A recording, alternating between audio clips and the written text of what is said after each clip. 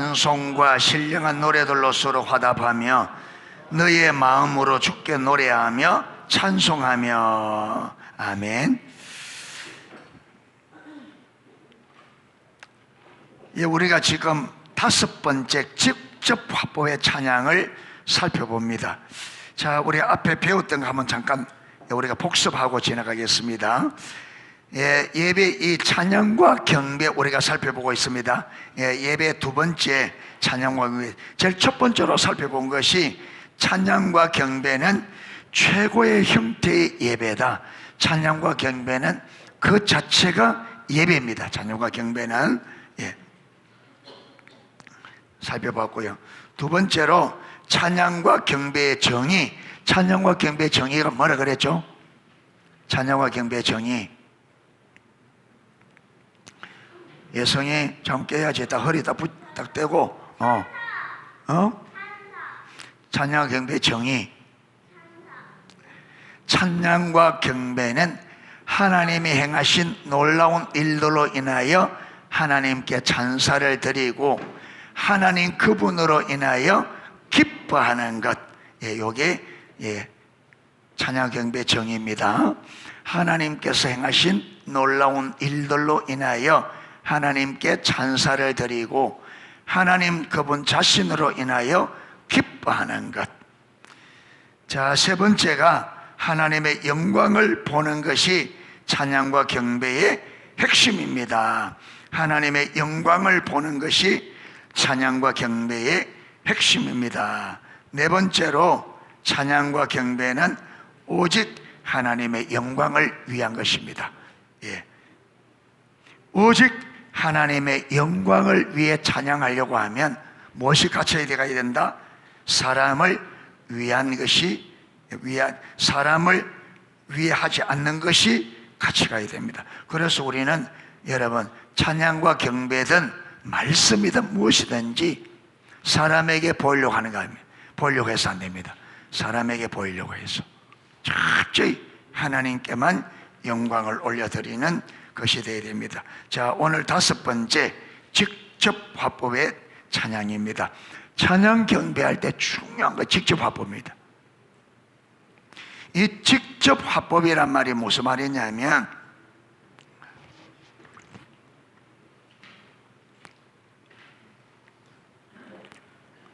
여러분 찬송가를 한번 펴보면, 여러분 찬송가 앞부분에는 다 지금 찬양곡이라고, 찬송가에는 앞에 찬양곡이라고 앞에 다 붙여놨습니다. 여러분 1장, 2장 이 다 찬양곡이라고 해놨거든요. 만복의 그는 하나님 온 백성 찬송드리고 저 천사여 찬송하세 찬송 승부 승자 승려. 여러분 보세요. 이게 보면 만복의 그는 하나님 온 백성 찬송드리고 저 천사여 찬송하세. 그러니까 천사들로 하여금 맞이하는 거예요. 찬송. 지금 하나님을 찬양하는 곡이라고 했는데 하나님을 향하여 주님, 내가 주님을 찬양합니다, 이렇게 한 거고, 저 천사여 찬송하세. 누구에게? 천사에게 찬송하자. 이게 간접 화법이에요. 우리가 찬송하자, 찬송하자. 하나님께 직접 안 하고 어떻게 하는 거예요? 사람이. 여러분 지금 이 찬송 앞에 이게 찬양곡이라고 해요. 그러니까 찬양이 뭔지를, 찬양을 서는 사람들이, 우리 한국에 찬양을 서는 사람들이, 찬양을 주관하는 사람들이 찬양이 뭔지를 모르는 거예요.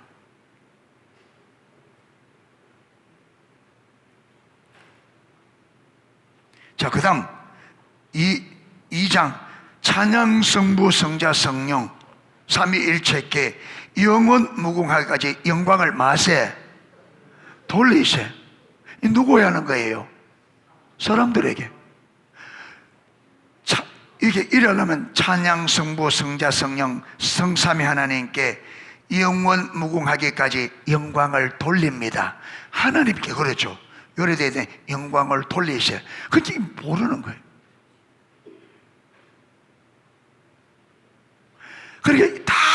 그러니까 이 찬양에, 여러분 찬송가를 왜 못 쓰느냐 하면, 왜 찬송가를 안 부르느냐 하면 다 이렇게 써져. 그러니까 직접적으로 하나님, 예배자가 하나님께 직접 영광 올릴 때도 다 하나님께 하는 게 아니고 다 누구에게 돌리세, 천사에게 찬양하세, 사람에게 하세. 이러니까 찬양 못 쓰는 거예요. 이게 그냥 안 쓰는 게 아니고 찬양곡으로 못 쓰도록 찬양을 만들어 놨어요. 그럼 못 쓰는 거예요.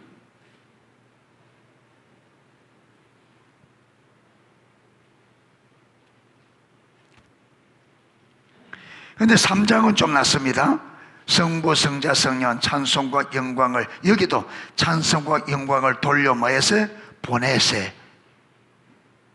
찬송, 주님께 올려드립니다. 돌려드립니다. 주님께 직접적으로 해서 다 이렇게 하세.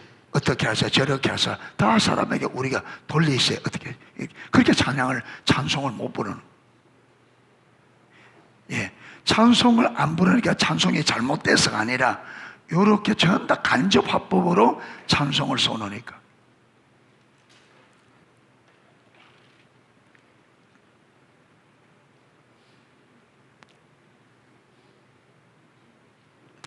예.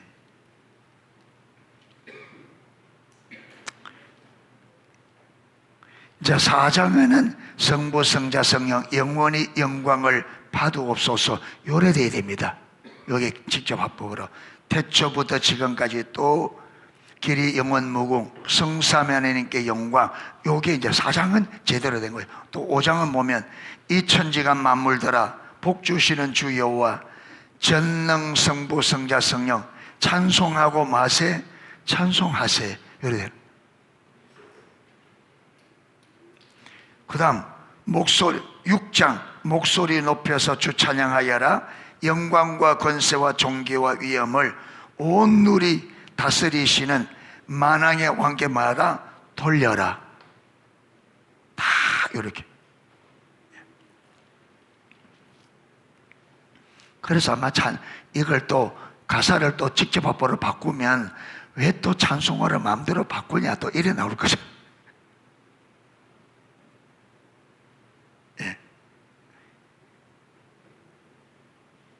여러분 지금 우리 선교에서 드리는 지금 오늘날 여러분 이 지금 예배 찬양과 경배하는 이 형태는 원조가 누구냐면 원조가 존인부 목사님이에요. 그게 오늘날 한국 교회가 존인부 목사님 막 여러분 비냐드 교회가 이단이다 하거든요. 이단에 더 넣고 그분이 서는 방식으로 예배 다 드려요.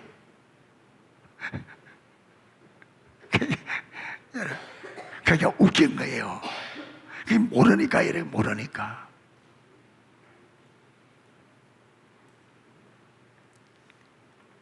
예. 여러분 한국의 목회자들은 진짜 하나님 회개 많이 해야 됩니다. 한국의 목사님들은 진짜 회개 많이 해요. 예.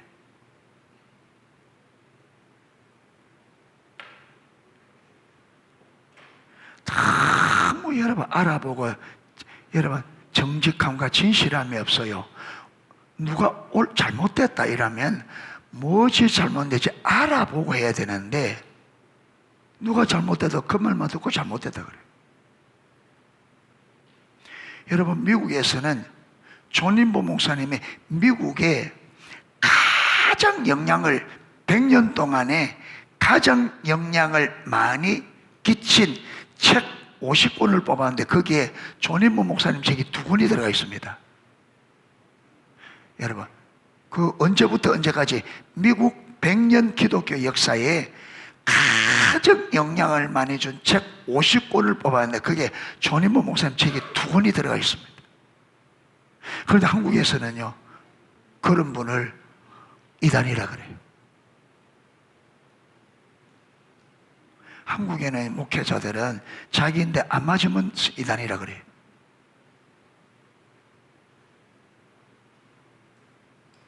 주님 앞에 설 때에 저는 그 죄를 어떻게 할까 두려워요.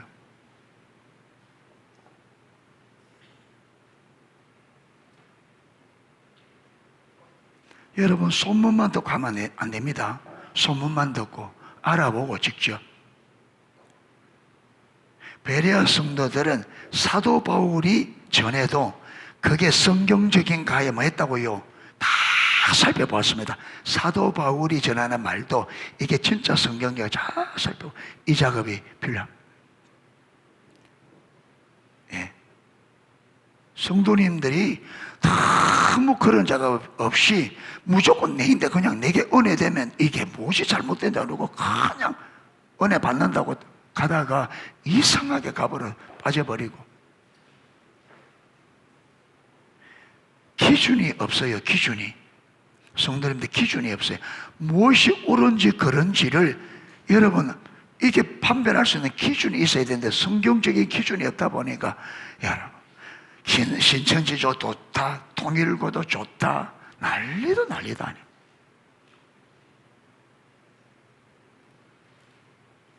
예.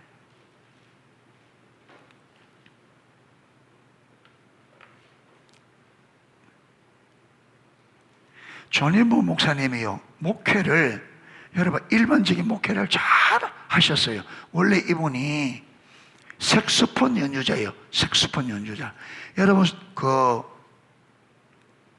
이 전인부 목사님이 그러니까 이분이 이 음악을 잘 하니까 찬양과 경배의 일 이걸 잘 하는 것 같아요. 보니까 이분이 이 그룹이 이 전인부 목사님 색소폰 부는 그 그룹이 미국의 빌보드 차트에 10위 안에 들어간 팀이래요.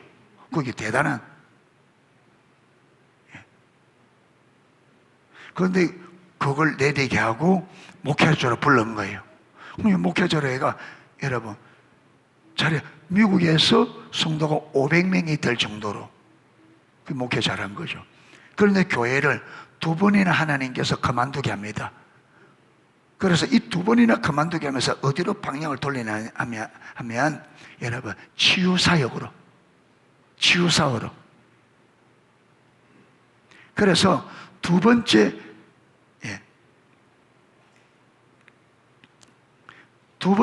교회를 내려놓고 집에서 가정 예배를 드리게, 집에서 몇몇 아는 분들하고 하는데, 그런데 여러분 이거 발견하는 것은요 전인부 목사님 사모님이 발견했어요. 가정에서 예배를 드리는데 어떤 찬양을 하면 하나님의 임재가 꽉 있다가 어떤 찬양을 하면 임재가 완전히 거두지는 거예요.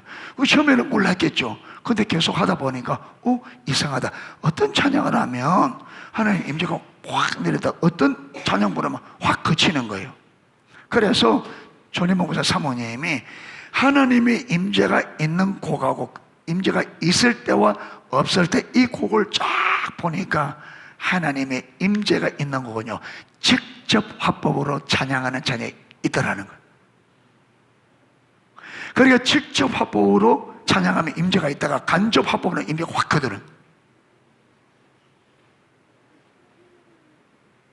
첫 번째. 그 두 번째, 여러분 똑같은 직접 화법의 찬양곡을 똑같은 찬양인데 어떤 데는 임재가 있다가 어떤 데는 임재가 없다가 이런 거예요. 그러면서 가르친 게 뭐냐면 찬양과 경배의 단계, 무엇을 먼저 불러야 되고 어떻게 돼야 되지. 그래서 여러분 선물교회 성교회 단계가 나온 거예요. 이게 여러분 선물교회 성교회가 나온 게 아니고 전인부 목사님 사모님이 그걸 발견한 거예요. 직접 하면서 발견한 거예요. 그게 하나님께서 그를 인도한 거죠. 그래서 여러분 이게 요 찬양의 단계가 절대적인 건 아니에요. 반드시 오래다. 저는 그래 보지는 않습니다. 때로는 있지만, 그러나 여러분 이게 책상물에서 만들어진 게 아니고 이게 실제로 성령께서 성령의 가르침을 따라 하기 때문에 성령께서 요렇게 드리는 것을 기뻐하신다. 그게 그래요. 여러분 이게 왜 그래 되지느냐 하면 여러분 찬양 가사가 깊이 있는 찬양 가사가 있고 좀 얕은 찬양 가사가 있습니다. 그런데 깊이 있는 찬양 가사로 깊이 있게 찬양을 들여놓고 얕은 찬양을 딱 드리면 들어가겠어 못 들어가겠어요? 뭐와 같았냐면 맛있는 음식을 먹고 맛없는 음식을 먹고 똑같은 느낌인 거예요. 전혀 못 느껴요. 그러니까 처음에 일당에 여러분 찬양의 부름, 거기서는 우리가 이제 찬양을 하나님 앞에 드립니다. 우리가 그게 이제 예배자들이 마음을 준비하도록 예배 부름.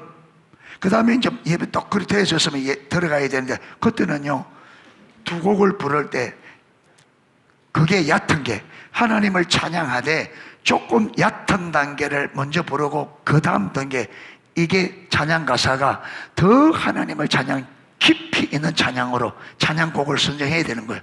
그래서 차근차근 어떻게 그래야 여러분 부르는데 식상하지 않아요. 왜? 더 깊이 더 깊이 더 깊이 나가니까. 예.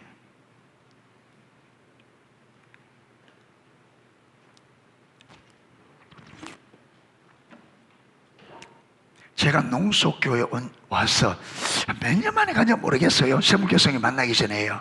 한번 목사님들이 그때 중국 음식점에 풀코스, 저는 처음 들어봤어요. 그때 풀코스. 예. 풀코스래요. 거기 이제 모르고 따라갔습니다. 따라가자는데 거기 이제 음식이 좀 나왔는데 맛있어요. 근데 사람들이 다 많이 안 드시는 거예요. 그러게 이 맛은 왜 안 드시나 싶으면 나머지 제가 다 먹었어요. 네. 누가 설명해 주는 사람도 하고 처음 가서 저는 그게 근데 그래 나오니 왜 안 잡수나 이 맛있는 걸 해가지고. 근데 그때 6번인가 7번인가 나오는데 2번째까지 먹고는 3번째부터는 못 먹었습니다. 배가 불러가.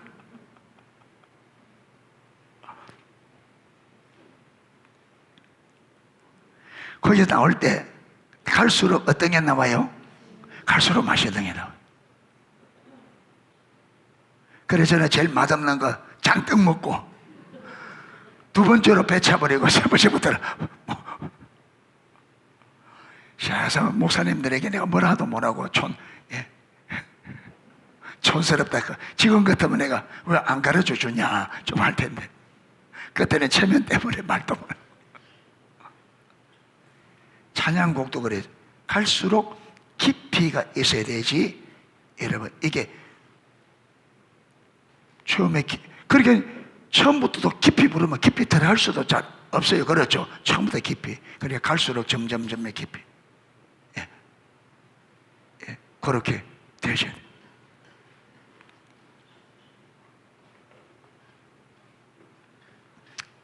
예, 아니 오늘 드럼 칠 때 마음을 다해서 드럼 쳐서 찬양하면서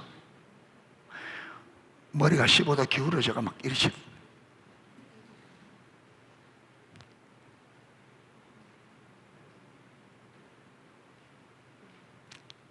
여러분 반주하는 분들도요, 반주하는 분들도 찬양해야 됩니다.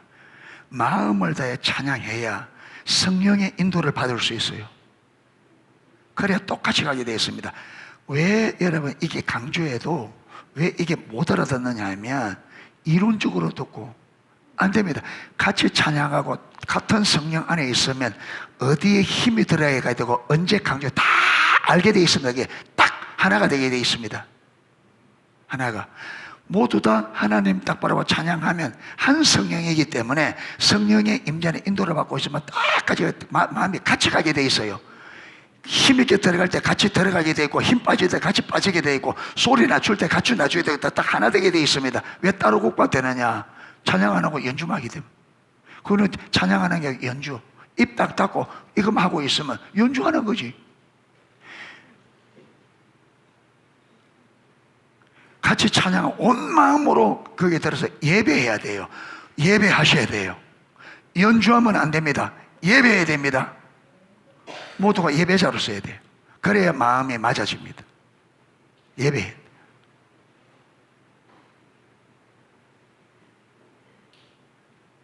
여러분 저번에 컨퍼런스 때 자매 하나 찬양하는데 요즘 목사님이 호동을 쳤잖아요. 왜? 지금 성령이 와서 지금 해가고 계신데 마치 뒤에서 여러분 그 사역 시간에 반주하는데 이 반주가 성령님의 역사를 잡아 끌어내리는 이 반주를 하고 있으니까. 그리고 무슨 말이 했냐면 지금 성령님의 일하고 계시는 전혀 못 보기는 거예요.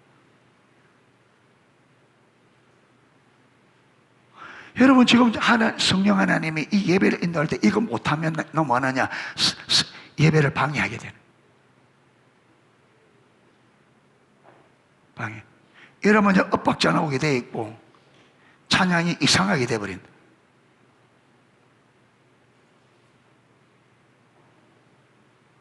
그러니까 간절히 여러분 반주를 해서도 기도하고 이래서 마음이 예배 전에 마음이 예배자로 마음이 딱 준비돼야 돼요. 반주자든 인도자든. 그래서 들어가면 모두가 한 마음으로 온 마음으로 하나님을 향하여 직접 맞추었다. 이래 가야 같이 쫙 그래야 같이 같은 흐름을 탄다. 같은 흐름. 자 보세요. 5명이 딱 해가지고 딱 같이 가야 되죠. 그런데 한 사람이 안 가고 있으면 어떻게 해요? 어떻게 돼요? 한 사람이 안 가면 그 한 사람 때문에 전체가 갈 수 있어요? 없어요? 못 나갑니다. 그 한 사람 때문에 못 나가요.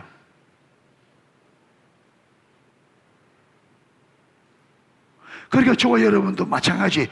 교회도 우리 전체도 성령님 올라면 성령에 우리가 마음이 하나 되어 성령이 인도할 때 온 교회가 쫙 따라가야 되는데 이게 안 되면 못 나가는 거예요. 못 나가는. 그러니까 내가 준비되지 않는 내가 전체 예배를 방해할 수 있단 말이에요. 예배를 완전히.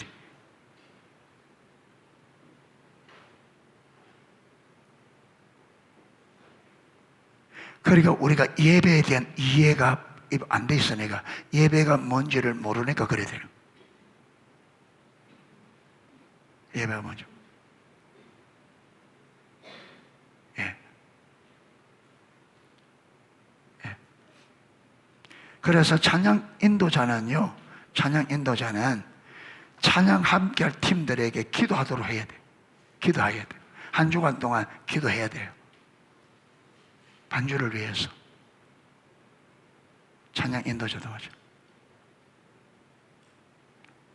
네.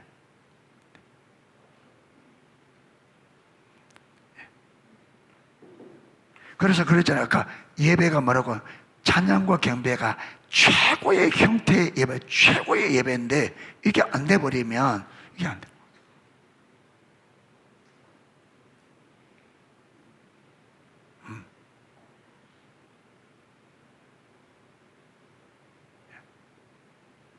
그러니까 우리가 예배자로 다 준비가 되어져서 예배할 때에 우리 마음이 하나 되어져서 성령의 인도를 따라 전체가 이래 나가야 쭉쭉 나갈 수 있단 말이에요. 그런데 그게 못 나가면 여러분 방해가 되죠. 예, 그래 되시는 거죠. 예. 그래서 우리 예배가 하나님 앞에 온전히 드려지는 살아있는 예배가 될 수 있기를 축복합니다. 그러니까 저와 여러분이 예배를 위해 기도해야 돼요. 예배를 위해 기도해야 돼요. 그리고 마음을 가지고 예배를 해야 돼요. 자, 보겠습니다. 찬양과 경배는 하나님께 드려지는 최상의 형태의 예배로서 우리 예배의 대상은 오직 하나님이십니다. 우리 예배 대상은 누구라고요? 하나님이다 그랬죠. 예배는 하나님께 드려지는 겁니다. 그런데 이 예배를 올바로 안 드리면 누구를 무시하는 게 돼요? 하나님을. 그게 우리가 하나님을 무시하면서 하나님을 무시하는 줄 모르죠. 예. 그러니까 예배 대상이 내가 예배를 드리면서 예배를 받는 대상을 실제로 인식을 못하는 거예요. 내가 지금 하나님 앞에 살아계신 하나님께 예배한다고 하는 이 인식이 약한 거예요. 이 인식. 그러니까 여러분 별 기도 없이 준비 없이 그냥 앉아서 그냥 연주하고 반주하고 그냥 찬양하고 노래하고. 예, 그렇죠.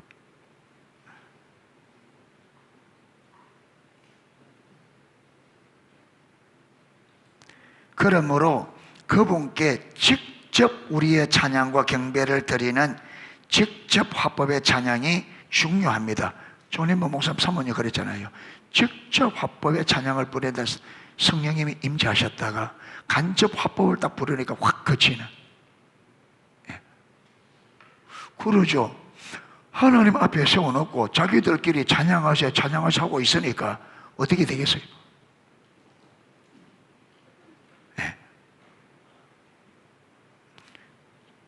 기도가 주로 2인칭, 기도할 때,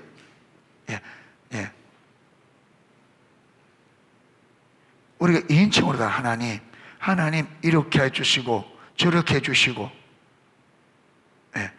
우리가 기도하는데 사람에게 안 하잖아요. 이렇게 하세, 저렇게 하세. 그렇게 안 하는 것처럼 찬양도 하나님께 2인칭으로 하나님께 직접적으로 찬양을 드리는 것이 옳습니다. 아멘. 그래서 똑같은 찬양이라도요, 똑같은 우리 샘물결 성교에서는 찬양이 여러분 샘물결 성교만 쓰는 게 아니에요. 그 곡이 다른 데도 해요. 그런데 여러분 똑같은 곡인데 번역이 달라요. 왜? 똑같은 곡인데 여러분 우리 한국에 외국 곡을 똑같은 외국 곡인데 일반 사람들은 여러분 간접 화법으로 다 어떻게 하느냐 번역해요. 그런데 우리 샘물결성에는 어떻게 해요? 직접 화법으로 다 번역해요. 그러니까 똑같은 찬양인데 여러분 밖에 일반적인 사람들은 다 그걸 간접 화법으로 번역해버리고 우리 하니까 똑같은 찬양에 안에 들어보면 다른 거예요. 이번에도 인도네시아 선교사 한번 들어오셨는데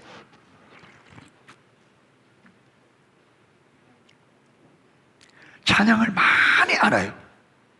많이 아는데 똑같은 찬양인데 우리 선교의 찬양이 다 다른 거예요. 왜냐하면 직접 화법으로 다 바꿔 똑같은 찬양인데 가사가 다른 거예요. 우리는 다 직접 화법으로. 여러분 그냥 쓰면 돈을 얼마 안 드는데 우리는 요거 우리 방식으로 해결해가 돈을 더 많이 주고 이렇게 하는 거예요. 왜 그러냐? 그만큼 여러분 예배를 바르게 드리기 위해서 예배를 올바로 드리기 위해서 그만큼 애를 쓰는 거예요. 그만큼 여러분 이렇게 예배를 드릴 때 올바른 예배를 드리려고 돈을 더 지불하고 여러분 우리 선교에서 따로 그걸 사서 판권을 사서 번역하는 이런 수고를 겪으면서 왜 그렇게 하느냐? 바른 예배 드리려고. 바른 예배를 드리려고.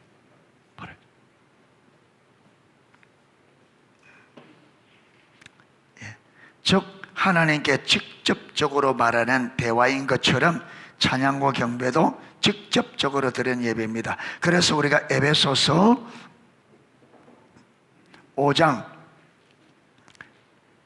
19절 살펴보았습니다. 거기 보면 시와 찬송과 신령한 노래들로 서로 화답하며 너희의 마음으로 주께 노래하며 찬송하며. 여러분이 이게 에베소서 5장 19절에 찬양과 경배가 두 종류의 찬양과 경배가 나와 있어요. 두 종류의. 하나는 뭐냐면 시와 찬송과 신령한 노래들로 어떻게 하라? 서로 화답하며. 서로 화답하며. 또 하나는 뭐냐면 너희의 마음으로 주께 노래하며 찬송하며. 너희 마음으로 주께. 그러니까 여기 보면 사람끼리 여러분 사람으로 서로 화답하는 찬양과 경배가 있고 그 다음에 주님께 직접적으로 드리는 찬양과 경배가 있다는 거예요. 설명은 좀 밑에 하겠습니다. 밑에 보면 설명이 있습니다. 자, 요한계시록 4장 9절에서 11절 이거 우리 앞에서 살펴보았죠. 한번 자, 거기 보면 그 생물들이 보좌에 앉아서 세세토록 살아계시는 이에게 영광과 존귀와 감사를 돌릴 때에 24장로들이 보좌에 앉으신 앞에 엎드려 세세토록 살아계신 이에게 경배하고 자기의 관을 보좌 앞에 들이며 이르되 우리 주 하나님이여 영광과 존귀와 권능을 받으시는 것이 합당하오니 주께서 만물을 지으신지라 만물이 주의 뜻대로 있었고 또 지음을 받았나이다 하더라. 지금 여러분 장로님들이 예배하는데 지금 하나님을 찬양하는데 직접적으로 해요, 간접적으로 해요? 직접적으로 해요, 간접적으로 해요? 직접적으로. 이게 보면 우리 주 하나님이여 영광과 존귀와 권능을 받으시는 것이 합당하오니 누구의? 주께서 만물을, 지금 주님을, 주께서 만물을 지으신지라 만물이 주의 뜻대로 있었고 또 지으심을 받아낸다. 그 여기 보면요, 하나님을 앞에 두고 그 하나님께서 해요, 주께서 다 인정, 직접적으로. 그 다음 시편 18편 1절 나의 힘이신 여호와여 내가 주를 사랑하나이다. 직접적이에요, 간접적이에요? 직접적.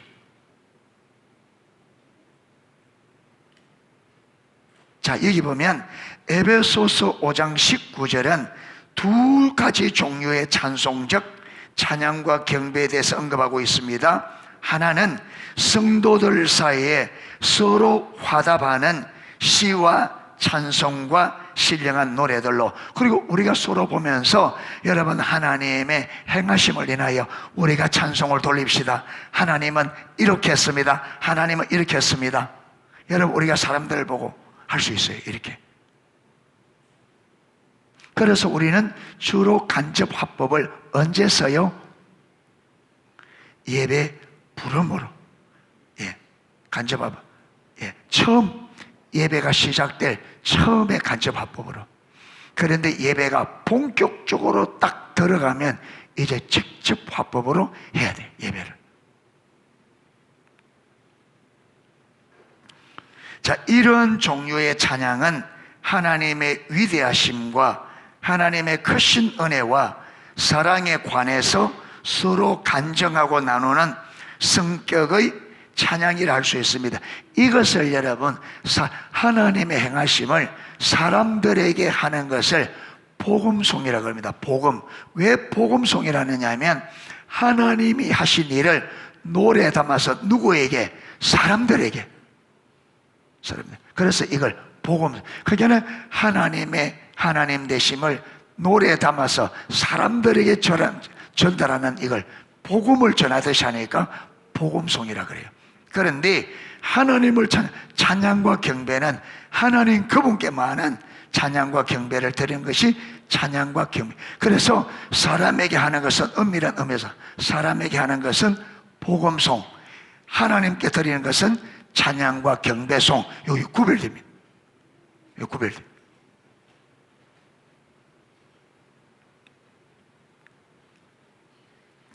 당연히 이러한 성격의 찬양도 매우 중요합니다. 성경은 그러한 성격의 찬양을 드리라고 권면하고 있습니다. 아까 에베소서 5장 19절에. 자, 에베소서 5장 19절이 말하고 있는 또 다른 종류의 찬양과 경배는 우리의 마음으로부터 하나님께 드리는 찬양입니다. 요한계시록 4장의 서랍들과 장로들은 하나님께 직접적으로 말하는 직접 화법의 찬양을 하나님께 드리고 있습니다. 다윗도 시편 18편 1절에 찬양을 통해 하나님을 직접적으로 사랑을 고백하고 있습니다. 그런데 현재 한국 교회에는 에베소서 5장 19절에 나오는 간접 화법의 찬양은 굉장히 익숙해 있고 굉장히 많습니다. 한국 교회는. 예. 그런데 직접 화법의 찬양에 대해서는 이해가 그렇게 많지 못해요. 이해를 그렇게. 예. 우리 찬양에는 하나님에 관해서 서로에게 말하고 서로 나누는 형태의 간접 화법의 찬양을 위한 자리도 분명히 있습니다. 그러나 우리의 찬양을 하나님께 드리는 예배로 이해할 때 요한계시록 4장에 서랍들과 장로들이 하고 있는 것처럼 그리고 다윗이 한 것처럼 단순히 하나님의 관에서가 아니라 하나님께 직접 말하고 고백하는 직접 화법의 찬양이 핵심입니다. 여러분, 찬양과 경배의 핵심은 어떻게 하는 것? 직접 화법의 찬양과 경배를 드리는 것이 예배의 핵심이다. 이걸 기억하시면 되겠습니다. 직접 화법의 중요성은 아무리 강조해도 지나침이 없습니다. 우리의 예배는 막연히 우리의 정성을 하나님께 올려드리는 것이 아닙니다. 우리의 찬양은 그저 눈을 감고 공중을 향하여 쏘아대는 것이 아닙니다. 우리 찬양은 우리의 모든 관심과 초점을 하나님께 맞추고 그분의 영광을 보며 그분을 예배하는 것입니다. 여러분, 우리의 예배는 누구에게? 하나님께, 그분께 초점을 맞추고 그분을 향하여 올려드리는, 그래서 예배할 때 하나님을 인식하고 그 하나님께서 여러분 내 예배를 받으시기 위해서 준비하고 계시는 것을 보고 그 예배를 받으시 합당하신 주께 합당한 예배를 올려드리겠다는 그런 마음으로 하셔야 돼요. 아멘. 예배가 회복되지 않으면요, 다른 거 회복되기가 어려워요. 예배가 회복돼. 예배가.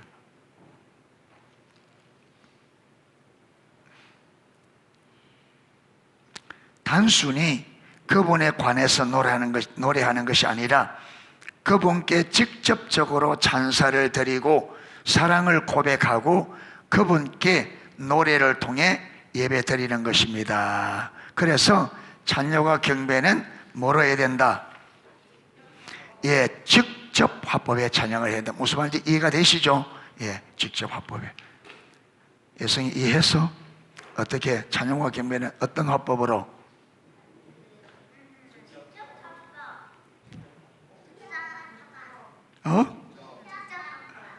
직접 화법으로. 간접 화법은 뭐라 그랬어? 네, 네. 형님이 가르쳐 줄까 기대하지 말고 앞에 잘 앉았어. 니 저 뒤에 앉았으면 큰일 날 뻔했대.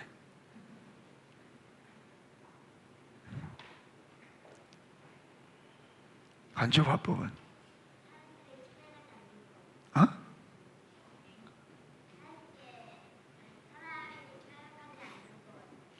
에?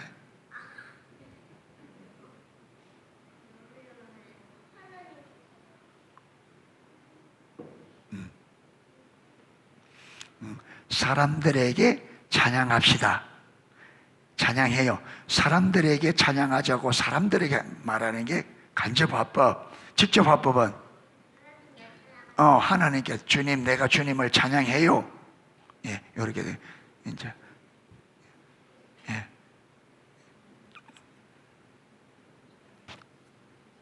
예진이 믿음의 성격 1번.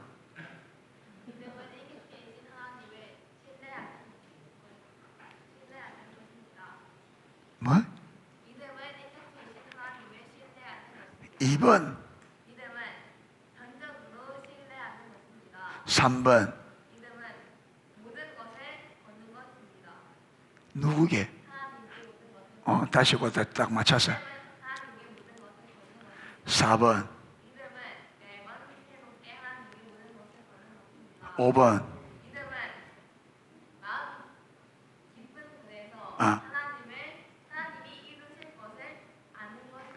박수 한번 쳐주세요. 박예안 1번.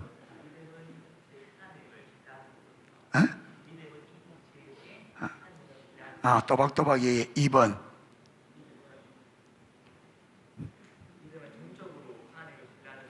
3번. 4번. 5번.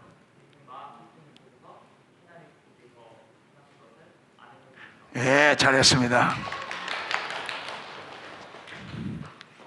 시연 한번 해볼까? 1번. 2번, 3번, 4번. 하나님께 말 빠졌다. 모든 것을. 5번. 야, 박수. 하경이 1번.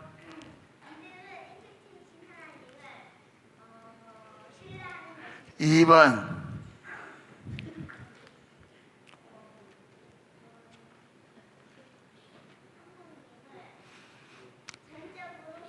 2번. 3번. 야, 1학년 치고는 잘했어. 1학년 치고는 잘해서 2개마다 1학년 치고는 뭐 보고 하려고? 다음에 저 예성이는 수요일을 물을 거야.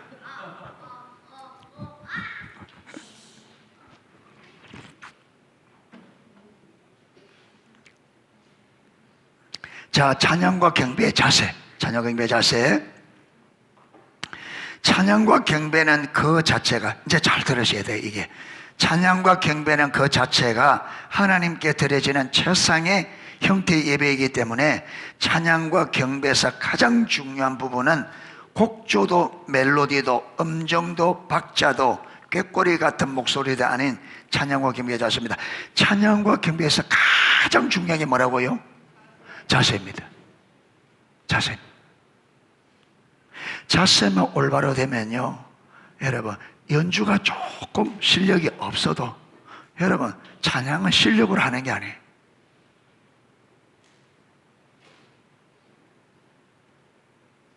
실력. 네. 중요한 자세입니다. 예배자로서의 자세예요. 그래 되면 좀 부족해도 성령께서 딱 하나 되게 잘.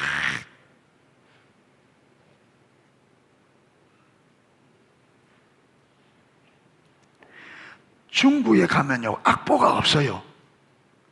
악보가 없고 번호만 붙어 있어. 1번, 뭐, 1, 2, 2. 그러면 그 번호 보고, 어떻게, 악보가 없어. 악보가 없어. 그냥 가사에 번호만 붙어 있어요. 그럼 번호 보고 하는 걸.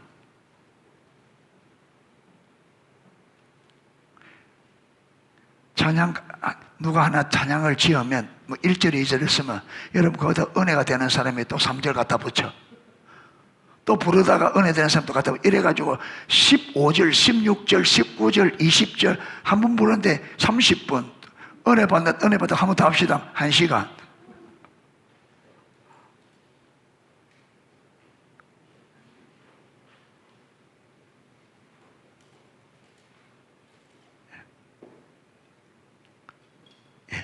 그래서 여러분, 이것은 찬양과 경배만 그런 게 아닙니다. 그렇죠? 신앙생활에 가장 중요한 것은 방법의 문제가 아니고 무슨 문제라고요? 중심의 자세 문제. 그래서 제가 자세를 많이, 이거는 예배만 그런 게 아니에요. 기도를 하든 봉사를 하든 신앙생활을 하든 삶을 살든 모든 것이 어디에서? 중심, 마음의 자세. 하나님은 그거 보니까 사람은 외모로 보거니와 나의 원한 중심을 본다. 이걸 잊어버리면 안 됩니다. 중심이 현재로 바로. 자, 찬양과 경배 자세 중 가장 중요한 3가지. 1번 뭘 다해? 그게 찬양할 때의 첫 번째 자세가 찬양을 어떻게 하겠다? 마음을 다해. 마음을 다해. 이게 돼야 돼. 그 찬양에 마음을 다하고 뜻을 다하고 힘을 다하는 예배자가. 그게 예배에 내 모든 것을 쏟아붓는 요게 돼야 돼. 요게.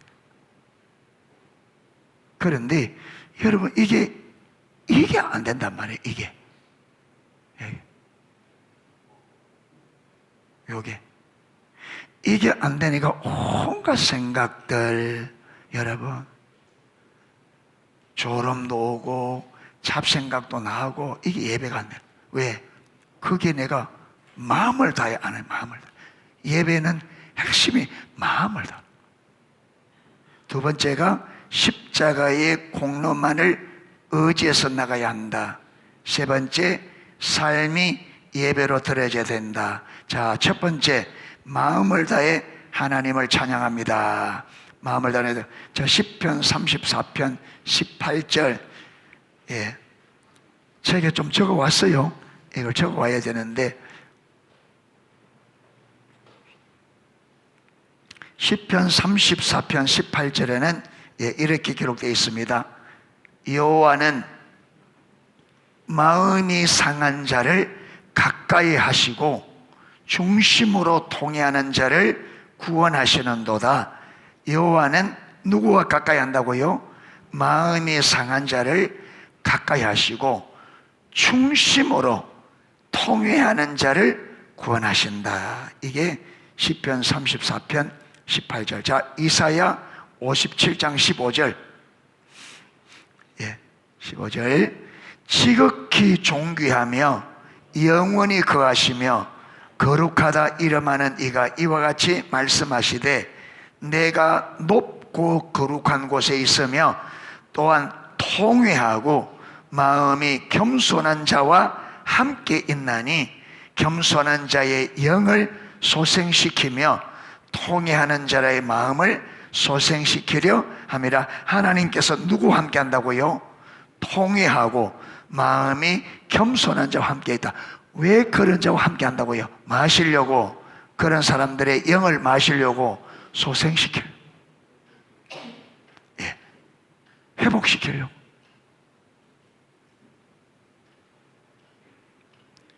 이사야 66장 2절. 나 여호와가 말하노라. 내 손이 이 모든 것을 지었으므로 그들이 생겼느니라.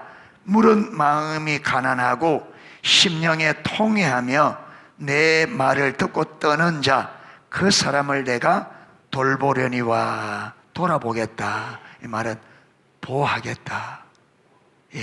돌아본다는 얘기 여러 가지. 돌본다. 여러분, 엄마가 아기를 돌본다. 이 말이 무슨 말이에요?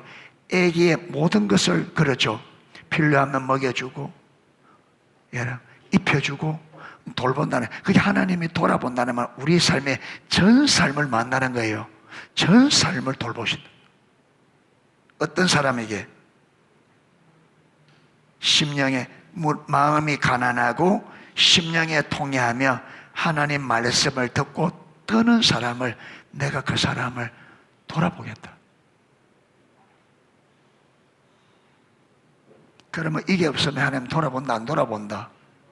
그렇게 통회하는 마음 없이, 가난함 없이, 말씀 앞에 떠는 자세 없이 막 내 하고 싶은 대로 그렇게 살면 하나님이 안 돌아. 시편 51편 15절에서 17절. 주여 내 입술을 열어 주소서. 내 입이 주를 찬송하여 전하리다. 주께서는 제사를 기뻐하지 아니하시나니, 그렇지 아니하면 내가 들었을 것이라. 주는 번제를 기뻐하지 아니하시나이다. 하나님께서 구하시는 제사는 상한 심령이라. 하나님이여, 상하고 통회하는 마음을 주께서 멸시하지 아니하시리다. 그러니까 하나님이 제사를 기뻐하지 아니하신다. 이 말은 문자 그대로 제사를 기뻐하지 아니하신다, 그 말이 아니에요. 제사를 드릴 때 그 제사가 하나님이 기뻐하는 제사가 되려면 제사 드리는 사람의 마음이 어떤 마음이 돼야 된다는 거예요? 통회하는 마음이 있어. 통회하는. 전혀 그거 없이 그냥 제사만 의식으로 드리는 그 제사, 그것은 하나님 안 기뻐한다. 그게 신명기 6장 5절. 너는 마음을 다하고 뜻을 다하고 힘을 다하여 내 하나님 여호와를 사랑하라. 역대하 15장 12절에서 15절. 또 마음을 다하고 목숨을 다하여 조상들의 하나님 여호와를 찾기로 언약하고 온 유다가 이 맹세를 기뻐한지라. 무리가 마음을 다하여 맹세하고 뜻을 다하여 여호와를 찾았으므로 여호와께서 그들을 만나주시고 그들의 서방에 평안을 주셨더라. 여러분, 이 아사 왕 시대인데 여러분, 이들이 마음을 다하고 뜻을 다하여 하나님을 찾았더니 하나님이 그들을 어떻게 하셨다? 만나 주셨다. 마음을 다하고 뜻을 다하여 찾았더니. 자, 하나님은 마음이 상한 자에게 가까이 하시고 통회하는 자를 구원하십니다. 지극히 존귀하시며 영원히 거룩하신 하나님은 거룩한 곳에 거하실 뿐 아니라 통회하고 마음이 겸손한 자와 함께 거하시면서 그들을 회복시켜 주십니다. 또한 하나님은 마음이 가난하고 심령에 통회하는 자를 존귀히 여기시고 그들을 돌보십니다. 자, 근데 여기서 이제 뭐냐면 하나님은 상한 심령을 기뻐하시는데 이 상한 심령이란 말이 무슨 말이냐? 그러면 어떤 마음이 상한 심령이냐? 예, 하나님께서 상한 심령을 기뻐하시고, 여러분, 심령에 통회하는 자를 기뻐한다는데 그게 상한 심령이란 말이 무슨 말이냐? 여기 보면 여기의 상한 심령이란 말은 자신의 죄를 해결할 수 없는 전적으로 무능한 존재임을 절감하고, 이 절감은 성령의 조명으로 깨닫고 이 말이겠죠. 내 안에 내 자신의 죄를 해결할 수 없는 전적으로 타락하여 전적으로 무능한 존재임을 여러분 성령의 조명으로 깨닫고 통회하는 겸손한 마음을 상한 심령이라. 특히 시편 51편은 하나님께서 번제를 원하시는 것이 아니라 상한 심령을 원하신다고 말함으로써 예배의 핵심이 상한 심령이라는 점을 명백하게, 그러니까 우리가 예배 자리에 설 때에 여러분 내가 지은 죄, 그 다음에 내 인생을 내가 어떻게 할 수 없음을 인정하고 오직 하나님만이 내 죄 문제, 내 삶의 문제를 해결할 수 있다는 그런 여러분 마음을 가지고 겸손히 서는 이 마음의 상태를 상한 심령이라. 상한 심령.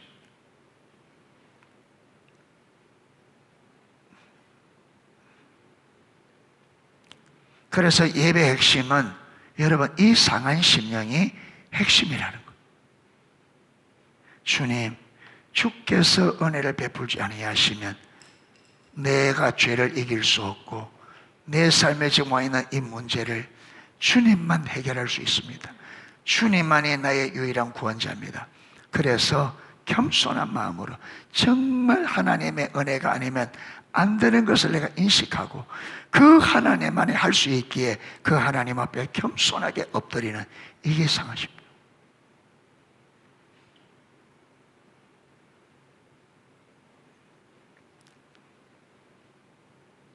특히 시편 51편 15에서 17절은 찬양으로 드리는 예배에 대해서 말하고 있으면, 그래서 상한 심령으로 드리는 찬양의 예배가 하나님이 참으로 찾으시는 예배입니다.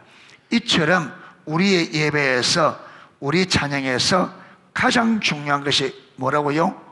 마음의 자세인데, 어떤 마음? 상한 심령. 상한 심령이 어떤 마음이라 그랬어요? 내 자신의 죄를 내가 해결할 수 없는 전적으로 무능한 존재임을 인식하고 겸손히 하나님 앞에 엎드리는 그 자신.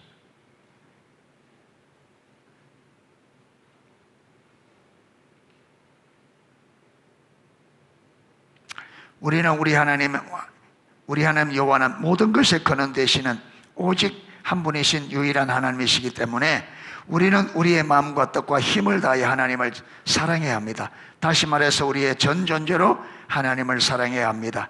이것이 가장 크고 첫째 되는 계명입니다. 우리가 하나님을 그렇게 사랑하는 이유는 그분이 먼저 우리를 그렇게 사랑하시기 때문입니다. 우리는 하나님을 찾을 때에도 마음을 다하고 뜻을 다하고 목숨을 다하여 하나님을 찾아야 합니다. 그리고 우리가 그렇게 하나님을 찾을 때 하나님께서 우리를 만나 주십니다. 우리는 하나님을 찾아서 예배로 나옵니다.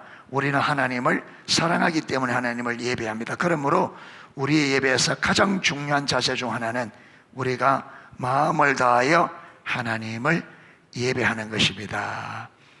아멘. 예, 여기에는 마음을 다하는 찬양의 한 부분은 찬양 가사 하나하나에 우리의 온 마음을 싣는 것입니다. 두 번째가 마음을 다할 수 없는 찬양은 드리지 마시라. 지금 이렇게 기록되어 있습니다. 예. 자, 보면 우리가 마음을 다해서 하나님을 찬양해야 하는데 어떻게 그렇게 할 수 있습니까? 그 중에 중요한 한 부분은 찬양 가사 하나하나에 우리의 온 마음을 실어 하나님을 높여 찬양. 그게 마음을 다하여 예배한다는 이 말은 찬양 가사 하나하나에 뭐 한다는 거예요? 내 온 마음을 실어서 드리는 예배. 예, 드리는 예배. 자, 여기 보면 주 찬양합니다. 내 마음을 다해 주가 하신 놀라운 일들을 세상에 모두 말하리다. 주 찬양합니다. 자, 이런 찬양을 부를 때 오직 하나님을 바라보면서 이 가사 하나하나에 당신의 온 마음을 담아 이 찬양의 내용을 또박또박 하나님께 고백해 보십시오. 자, 이런 것들을 여러분 좀 읽어서 인지하고 있어야 돼요. 인식을. 그래서 예배 드릴 때 이것을 그대로 적용해서 이대로 해보는 거예요. 이대로. 예. 그래서 내 예배가 어떻게 달라지는지 배운 대로 들은 대로 그걸 딱 기억하고 그대로 해보는 거예요.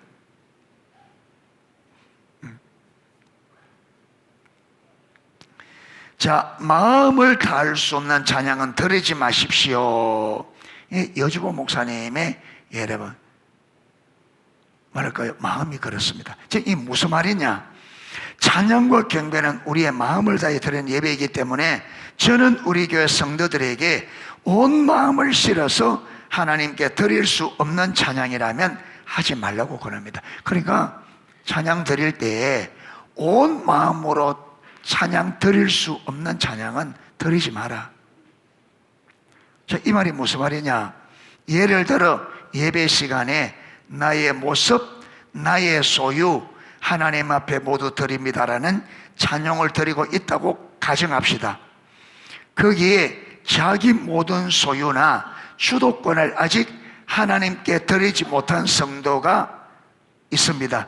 그러면 그 성도는 그저 아무런 의미도 없이 입술로만 그 찬양을 드리지 않는 것이 좋습니다. 그러니까 나의 모습, 나의 소유 주님 앞에 모두 다 드립니다. 자, 이 찬양을 하는데 찬양을 드리는 그 청중들 중에 자기는 자기 소유, 자기 주도권이 하나님 앞에 온전히 내려지지 않는 성도가 있다면 이 찬양을 부를 때 부르지 말라는 거예요. 왜냐? 여러분 하나님 앞에 온전히 드리죠.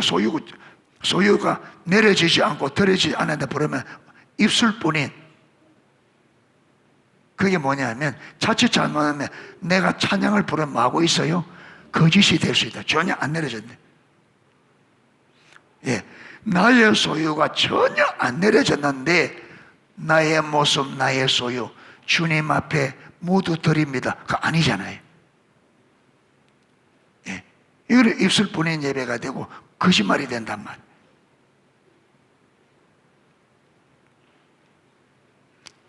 예, 그러한 예배는 하나님 앞에 아무런 의미가 없습니다. 그는 차라리 그 시간에 하나님께서 저를 창조하시고 저를 구원하셔서 하나님의 소유 삼아 주셨는데, 그리고 제가 가진 모든 것도 하나님께서에게 맡겨주신 하나님의 소유인데 제가 아직 제 소유의 주도권을 하나님께 드리지 못하고 있습니다. 하나님 저를 용서해 주시고 제가 그렇게 할 수 있는 은혜를 저에게 부어주세요. 이렇게 하나님 앞에 은혜를 구하며 기도하라는 거예요. 무슨 말인지 이해가 되죠? 예. 그러니까 찬양을 그냥 부른다고 예배가 되는 것도 아니고, 찬양을 그냥 부른다고 찬양이 되죠. 찬양 부르는데 내가 거짓말 할 수 있고, 찬양 부르면서 내가 입술뿐인 찬양을 부려요. 왜? 전혀 안 되는 그 시간에 그런 거 있다면 하나님, 여기 말한 대로 주님, 내가 마땅히 이래야 되는데 제가 아직 하지 못하고 있습니다. 그렇게 할 수 있도록 은혜를 부어주소서. 예, 이렇게 오히려 그걸 회개하고 하나님의 은혜를 구하는, 예, 그렇게 해야 된다. 그렇게 하는 게 좋다. 이렇게 하고 있습니다. 제가 볼 때도 이게 맞는 것 같아요. 이 자세가. 예, 전혀 하나님 안 되어서 그냥 찬양 막 불러 제끼면 그 의미 없잖아요. 그것이 오히려 하나님 앞에서 정직한 자세이고 오히려 마음을 다한 예배입니다. 그리고 하나님은 그런 상한 심령으로 하나님의 도움을 구하는 자에게 은혜를 베푸실 것입니다. 그래서 오늘은 예배에 대해 중요한 세 가지 중에 첫 번째, 마음을 다하여 예배해야 된다. 마음을 다한다는 말이 무슨 말인지 설명을 우리가 보았습니다. 요걸 딱 인식하고 예배할 때에 이렇게 이제 지금 찬양하는 곡 할 거예요. 할 때에 여러분 지금 한 대로 마음을 다해 각 가사에 온 마음을 실어서 또박또박 한번 들어보십시오. 예, 그렇게 되시기를 축복합니다. 예, 찬양 하나 하고 기도하도록 하겠습니다.